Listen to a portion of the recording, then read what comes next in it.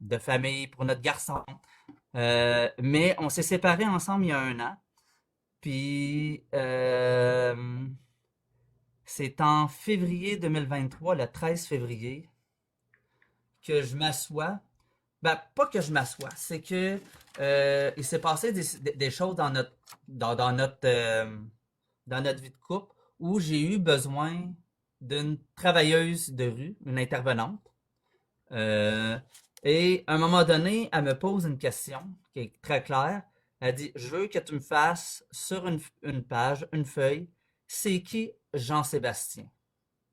OK. Et moi, je suis une personne qui adore écrire. Je suis en train d'écrire un roman actuellement. Donc, l'imagination, c'est pas ce qui me manque.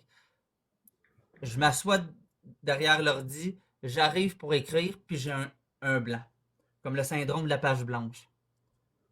Puis je me dis, c'est qui Jean-Sébastien? Mais Jean-Sébastien, c'est pas moi. Tu sais, Jean-Sébastien, dans le fond, c'est comme, c'est pas moi. Tu sais, c'est comme, je regardais comme mon parcours d'homme, puis je disais, non, c'est pas moi. C'est pas des choses que j'ai faites que j'étais forcément à l'aise. Je regrette rien, mais j'ai fait, tu sais, j'ai commis des erreurs, puis je disais, non, ça fait pas partie de mes valeurs.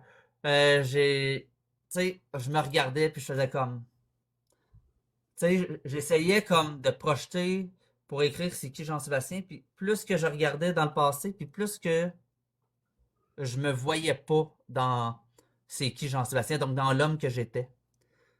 Donc, à un moment donné, je demande un peu au monde, est-ce que vous êtes capable de me décrire en quelques mots? Tu sais, faut que j'écrive, tu sais, c'est qui Jean-Sébastien?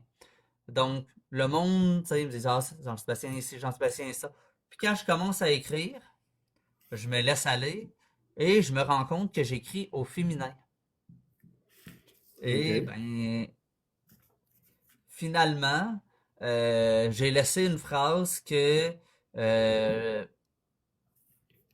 comme à la fin, là, j'ai malheureusement pas retrouvé le texte, mais je laisse comme une phrase comme